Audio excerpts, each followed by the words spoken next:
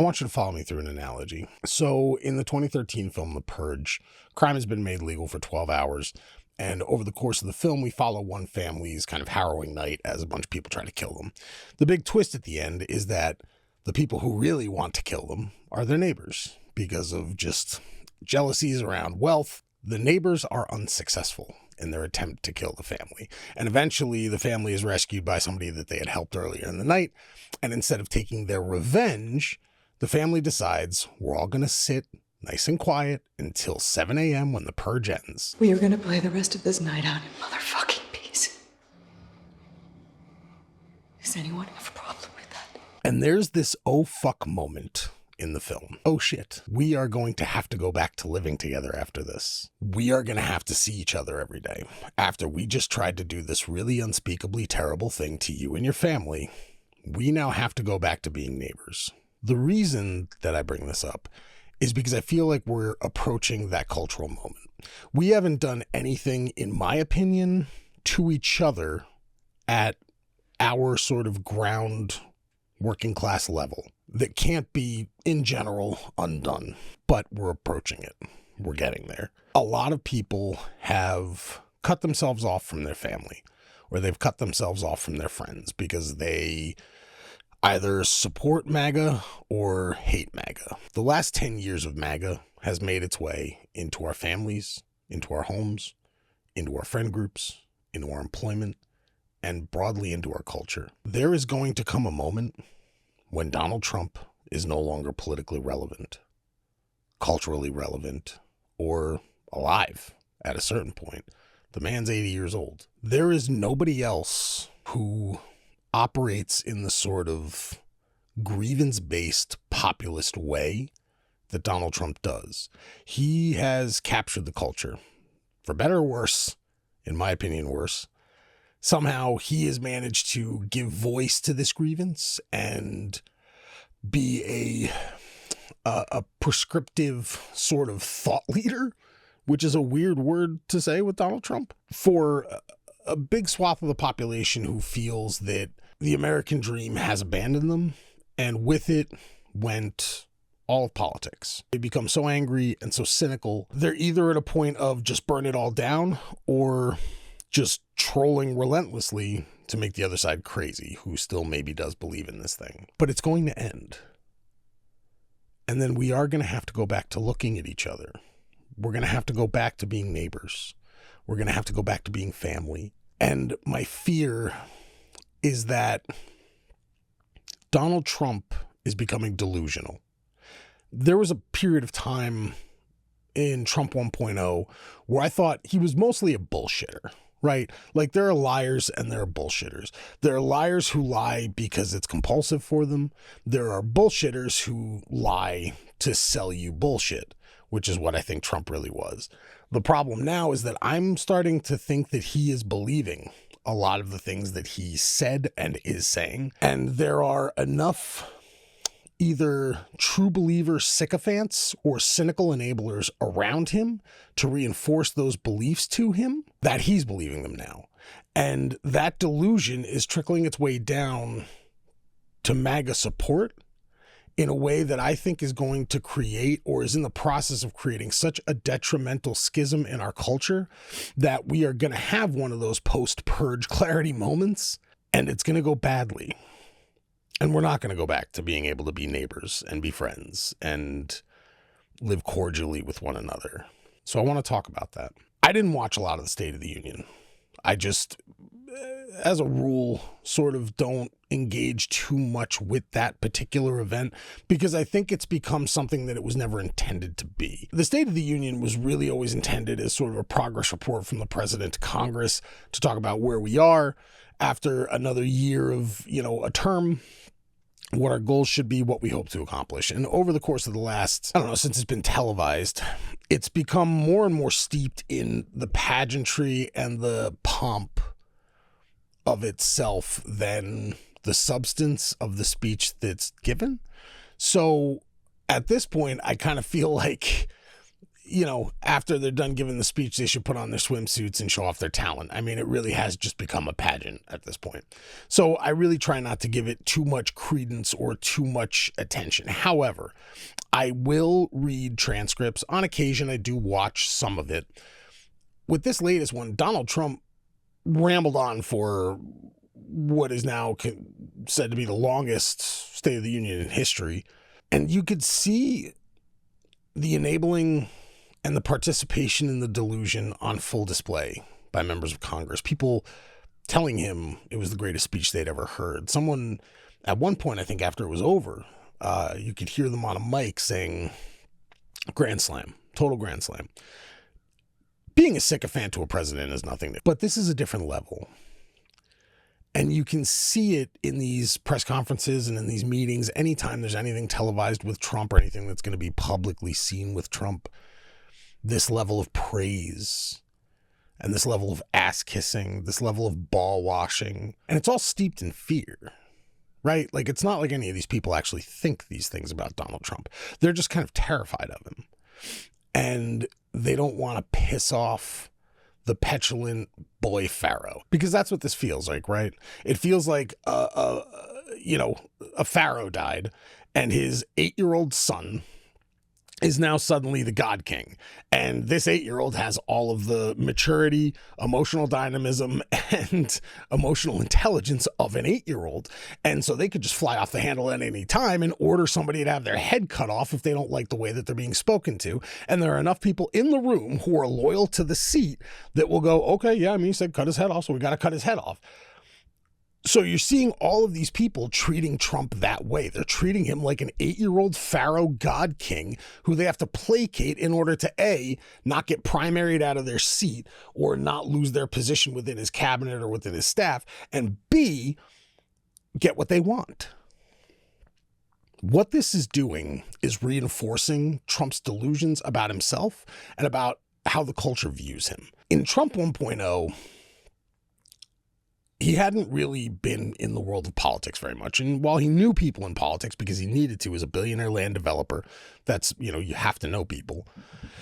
He didn't really understand a lot of what it is they do, what their roles are, and who to appoint. So I think what happened was he just kind of went with what was being recommended to him by what was at that time sort of, Tea Party plus. So that's how you wound up with people like Ben Carson or Rance Priebus, or these people in these positions that he put them in, who weren't really loyalists to Trump. They were kind of loyalists to the party. And those two things did not always intersect.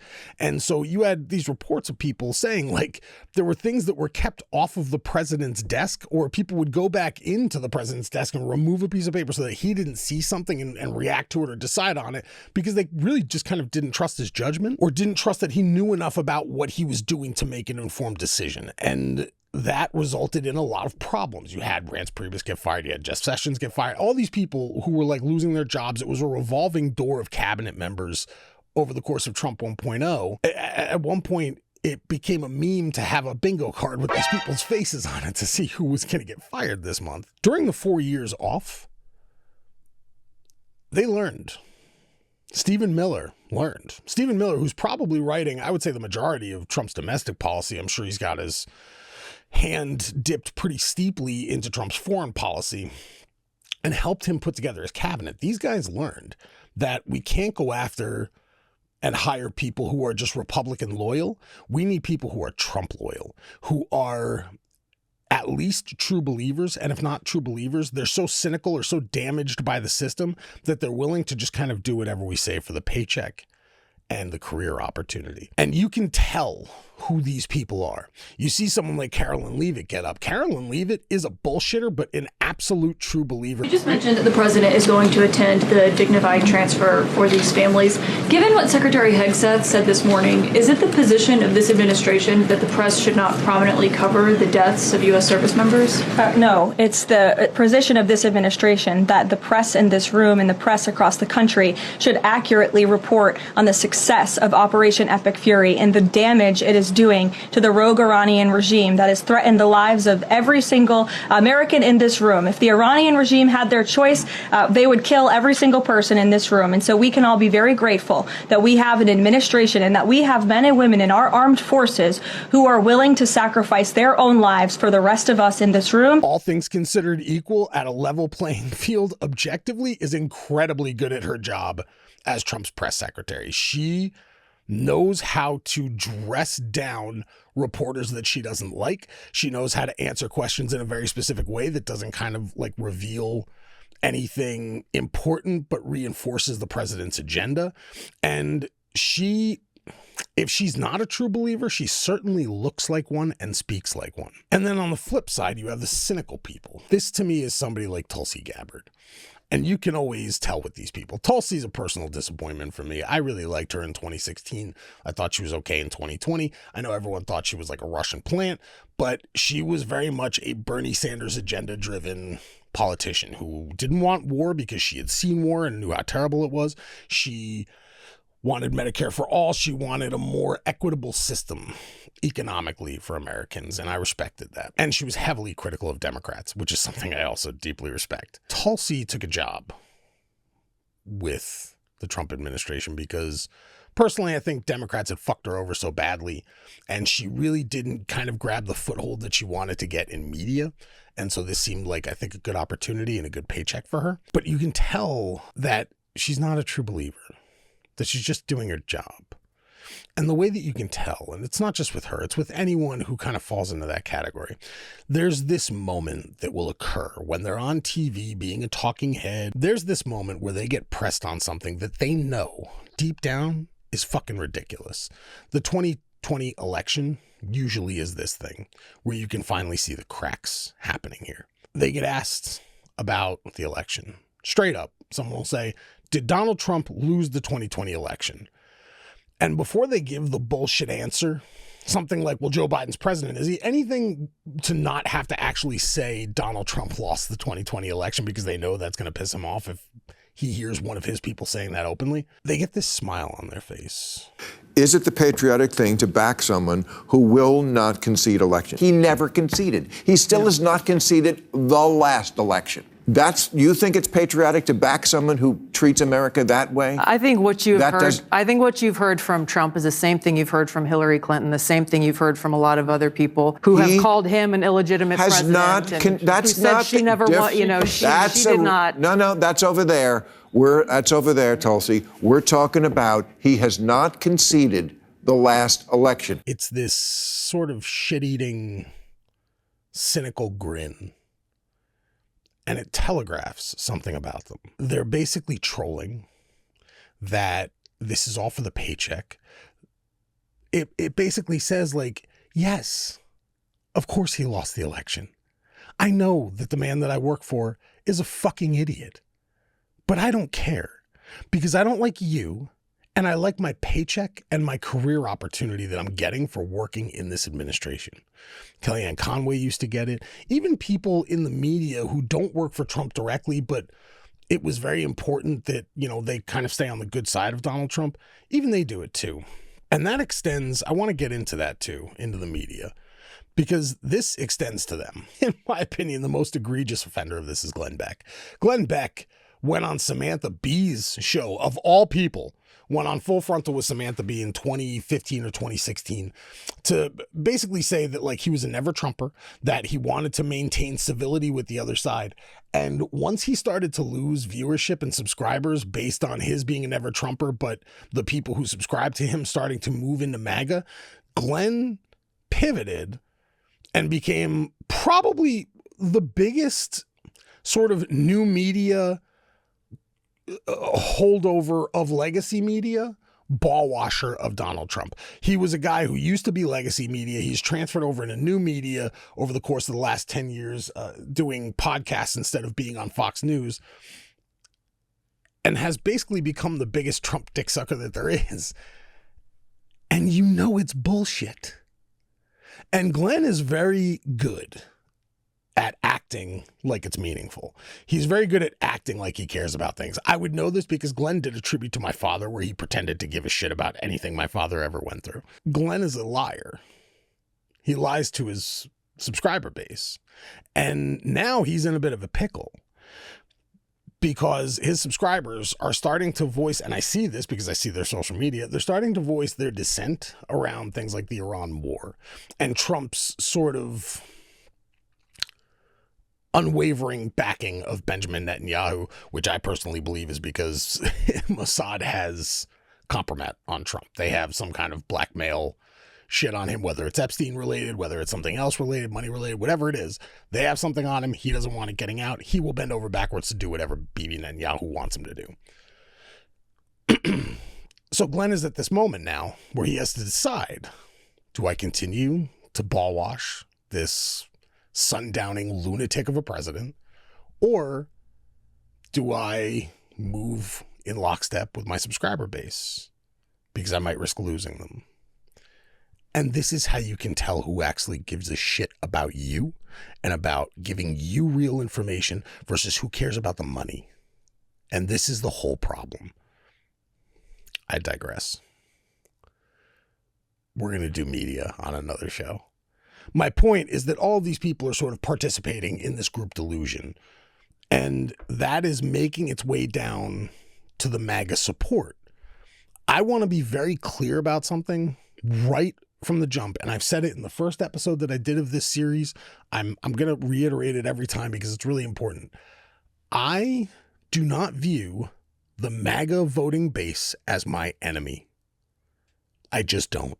I'm not going to cut people off who I know that voted for Donald Trump. I'm not going to hate members of my family who I know voted for Donald Trump. The Democrat Party has done a very, very good job of alienating a lot of the labor class by speaking down to them. And it's not just the Democrat Party, but it's the culture that the Democrat Party engenders. It's the culture that they buttress. It's the culture that they push through their rhetoric and through their support systems, where they make people who are in the labor class, who might kind of lean a little bit conservative, try to feel stupid about what it is they think and assume that a farmer in Arkansas should have the exact same value system as a coastal, professor at a university. And that's just ridiculous. We can have differing values in culture and not talk to somebody like they're an idiot or make them try to feel stupid or bad about themselves. MAGA itself, I am not on board with. But the people who make up that voting block, I don't hate you. And I'm not here to make you feel bad or make you feel stupid or make you feel like you have to explain something to me or justify your vote to me. I understand why you did what you did. I think you were wrong. But that doesn't give me the right to shame you or stand on some sort of like sanctimonious moral high ground and talk down to you. I've voted for presidents who have done atrocious, terrible things. I voted for Barack Obama twice. Obama dropped bombs every hour on the hour for years on Middle Eastern countries, blowing up fucking weddings and schools and hospitals, all kinds of shit.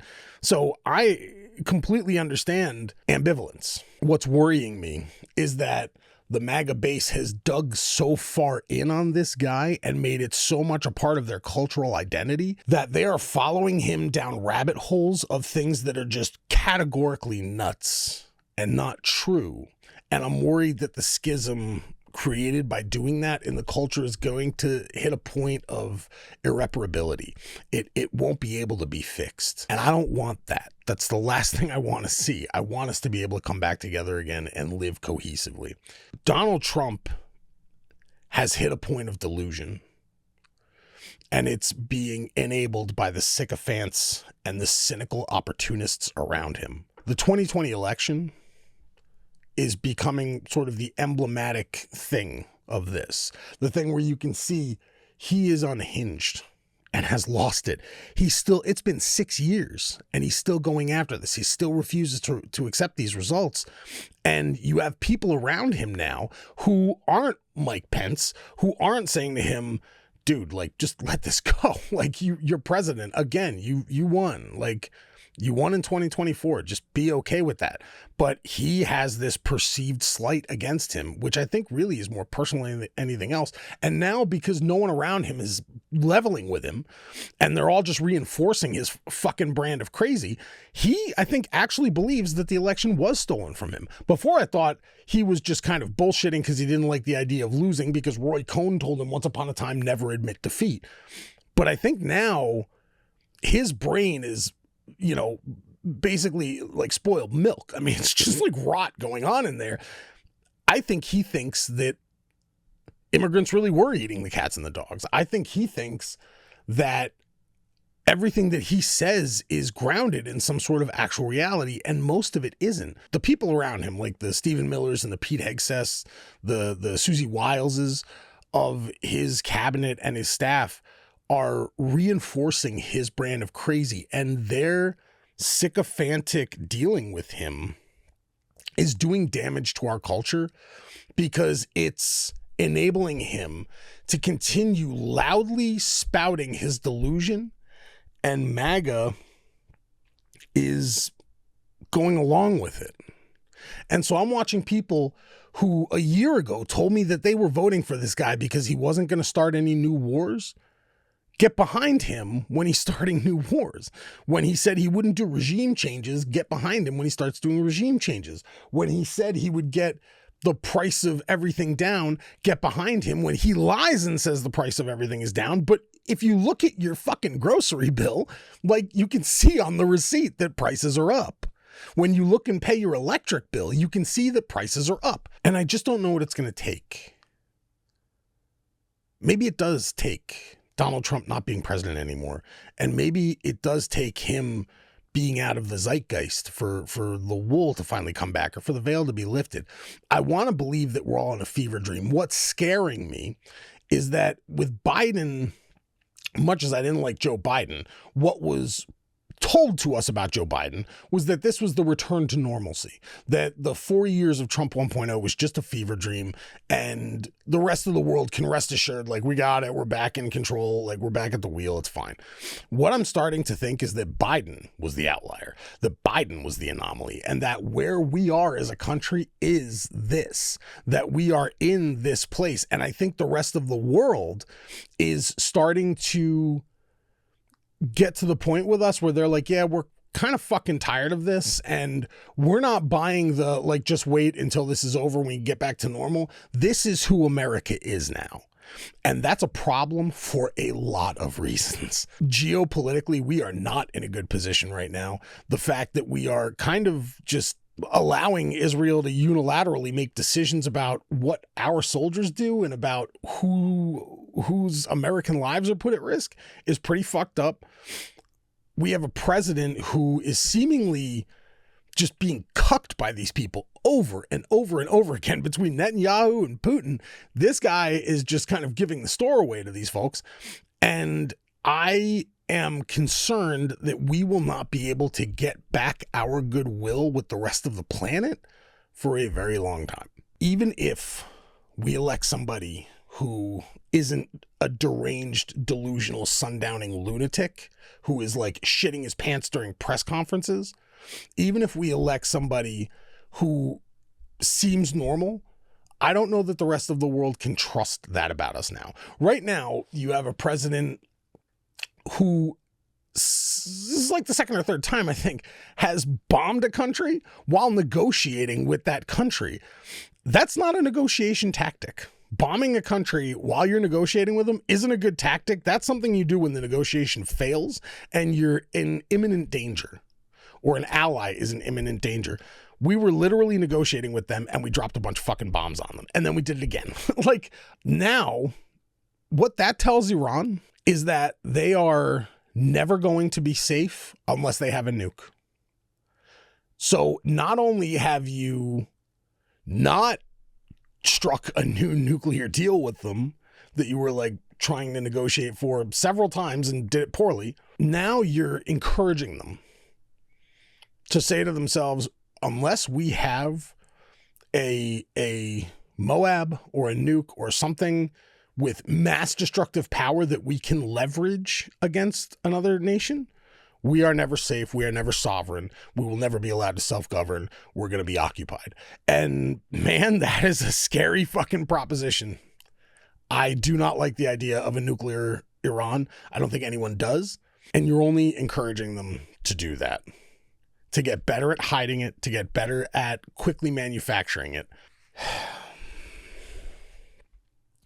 So while I'm concerned about that purge moment where you have to go back and look at each other, that extends to the world too.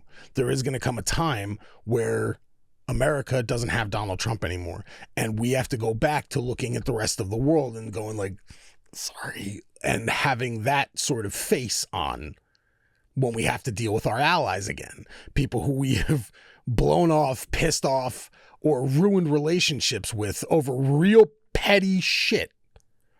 We're going to have to scurry back to them hat in hand and say like, oh, so sorry about that guy. Like we didn't, that guy wasn't who we were. And they won't fucking trust us. They won't trust that that's not who we are.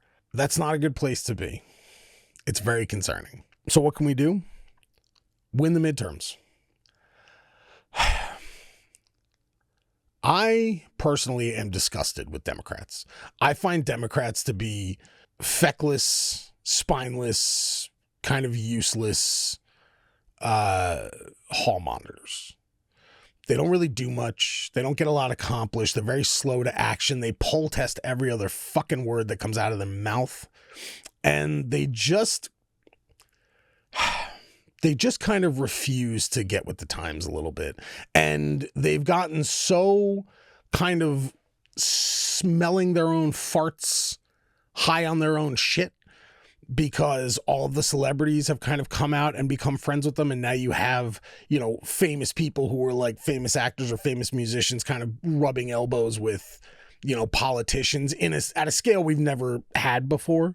You always had a little bit of that, but not like this, where you have people like George Clooney showing up to Congress, like, writing letters to Joe Biden to drop out of the 2024 race. He wasn't wrong. Joe Biden should have never been in the race. That's a whole other problem with this fucking malignant narcissism that just permeates all levels of our politics.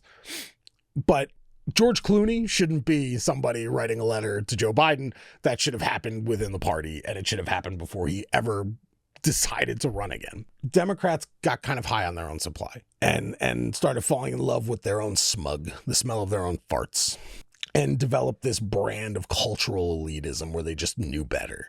And they would shame you if you didn't follow along and sort of latch yourself onto whatever their one true opinion was of a subject. However, Republicans cannot be trusted as a political entity anymore. They have fallen in line behind this guy. This is where it's going to sound a little confrontational with you, and it's not meant to. Please understand that where I come from is not to make other labor class, working class voters, middle class voters feel stupid. I'm not here to shame you for your choices. What I'm here to ask you is that you get informed and that you let go of the pride around this. I think a lot of people are sticking with MAGA and going along with these truly boneheaded things that are now happening and continue to defend it to their friends and their family because Americans are proud. We don't like backing down. We don't like admitting when we've lost or when we've done something wrong. And I'm not saying you were wrong to vote for this guy. What I'm saying is that you do not have to support everything that he does. I'm not asking you to apologize to me or to anybody for your vote. You voted how you voted. And I am not going to apologize for votes that I've cast, even the ones that I regretted later. You may regret voting for Donald Trump, but you don't owe me an apology for that. But what I want to see is more accountability from you towards this person. Donald Trump wants to be culturally relevant. And despite him acting like an asshole, he knows that acting like an asshole and making liberals freak out is sort of what engenders him to his base. They kind of love that. There's a troll quality to what he does that makes the MAGA base feel heard because of how long they were spoken down to by liberal elites and by liberal media and social media. In a weird way, Trump is sort of a retribution, I think, for them. And I understand that. I get it. I get having a chip on your shoulder about how you were spoken to by people like me. And I'll admit, I was one of those people. I spoke down to a lot of people, and I addressed a lot of things by shaming people and trying to make people feel stupid about things. And I have reached out and personally apologized to people for that because I want to be better. I don't want to be that person. I don't want to get people on my side by shaming them. I want to get people on my side by talking to them, sharing opinions and trying to gain an understanding of where they come from. I think it's the only way that we're ever going to be able to get anybody to, you know, I want to be a you know, sort of a big tent. I think it takes all kinds. I can't expect a perfect candidate. I can't expect a perfect voter. But what I'd like is just for us to all let go of our pride around this a little bit. You saying that you don't support something that Donald Trump is currently doing is not you admitting that you did something wrong. I think it's you holding someone that you supported accountable for doing the thing that you elected them to do. You elected Donald Trump to not start any new wars. He's starting new wars. You elected Donald Trump to have transparency around the Epstein files. There hasn't been transparency around the Epstein files. You elected Donald Trump to get the price of groceries down. Prices of groceries haven't gone down. You elected Donald Trump to get violent criminals who are here illegally out of the country. They did that very quickly and have kind of run out of people to scoop up. And now they're just grabbing innocent people off the street and putting them in, you know, fucking gulags in other countries. You didn't elect him to do that, or at least I hope you didn't. And yet he's doing all of these things. He's not doing the things you elected him to do. And what he certainly isn't doing is putting America first. I hope that the actual words of MAGA, make America great again, are meaningful to you. Because that, as an ethos, isn't a bad thing. I want to make America great. I don't think it is great. I think America is the best country on earth, and I don't think it's great. I can think both things because I'm a fucking American, and I'm capable of abstract thought, and I am legally allowed to voice an opinion that says, I think America is capable of being the greatest country on earth. I think currently it is the best place to live, but I also think it can be better. And I think it should be better. And I think right now, and for a long time, it hasn't been. The thing that made America special, this idea that it was a living thing. Our Constitution is a living document. It is not written in stone, and it is able to be amended. That is really important because it's something that says that we can change with the times, that our philosophy can be molded over the course of decades and decades and decades of being a country. That is a really important distinction. And that allows us the ability and the freedom of ideas and thought and determination and, I don't know, just this sort of sense of like we are capable of fucking anything. Anything. And when we as a people are all united on one side of something and are all facing the same direction, what we are capable of is incredible. And right now we are not. And as much as it's billionaires and politicians fucking us, it is incumbent upon us to do better. We together have to vote better. I believe in voting. I genuinely do. I vote in every election that I am able to vote. I would vote for the fucking dog catcher if it was available to me. I very much believe in voting. And I believe in not necessarily always voting for one party or the other. I believe in writing in your vote. I believe that your vote is as small and minuscule as it can be in a sea of 335 million people. Your vote is still yours. It's still your voice. It is your sovereignty. It is the thing that speaks for you on a grand national scale and says, this is what I want. This is what I support. This is who I am. I believe in that.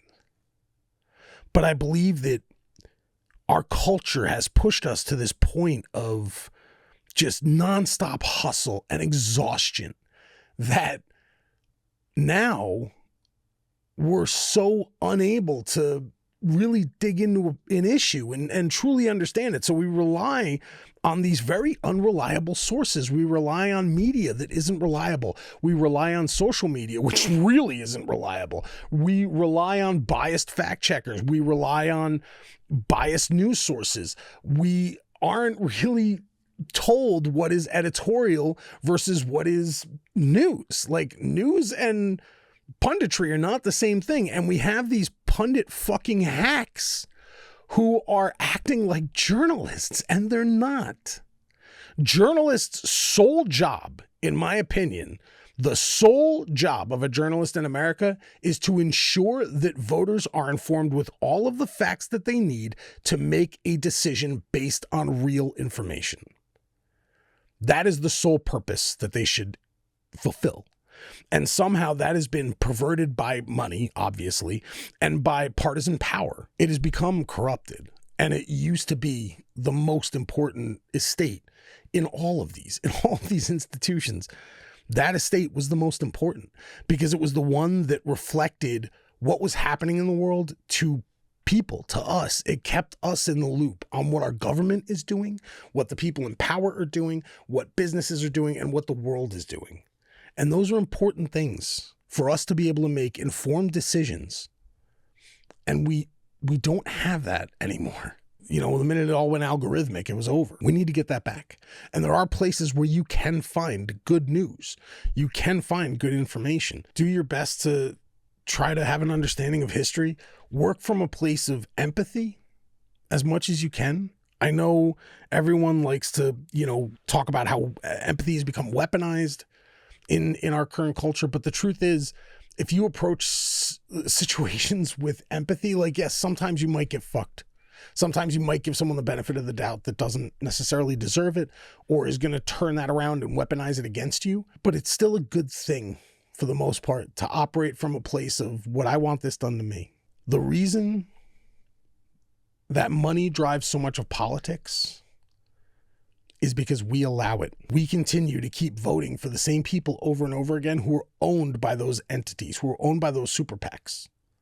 We don't have to do that, but it requires a little bit of work on our part. And I know you're working crazy hours and you're fucking exhausted and you have to get the kids off to soccer. You have to pick this one up from ballet and this one up from gymnastics, and your mother-in-law is coming into town for the weekend and you have to get to the gym today, and you probably didn't drink enough water. You probably didn't get enough sleep, and you just want 2 fucking hours to sit down and veg out on TV or play a fucking video game or read that book you haven't gotten to read or paint that painting. I'm encouraging you, for the betterment of our culture, to take a little bit of that free time, that little sliver of free time that they let you have, and use it to educate yourself on what's happening, what's real and what isn't, so that you can make an informed choice at the ballot box and we can start to turn the ship.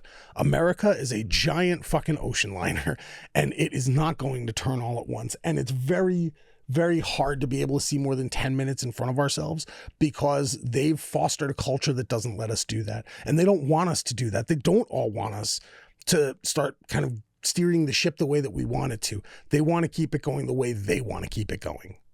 And that is not in your best interest. It's in theirs. I promise you. Donald Trump is not the disease. He is just the worst symptom. The disease is 50 years of neolib and neocon policy that has fucked all of us. And the genius of it is that they use the media and they slowly eroded our trust in real journalism so that they could point us towards each other instead of at them, so that we wouldn't all turn and face the same direction at the same time, but we would instead look at one another as to why our culture sucks, why we don't have something, who's immoral, who's amoral, whatever it is. They have done a very good job of turning us around on each other. Donald Trump does not get to dictate our culture. Donald Trump does not get to be the reason why I don't have a friend anymore or why I don't have a certain family member anymore. Donald Trump doesn't get to be the reason for that. Not to me. And it shouldn't be for you. We need to start having conversations again.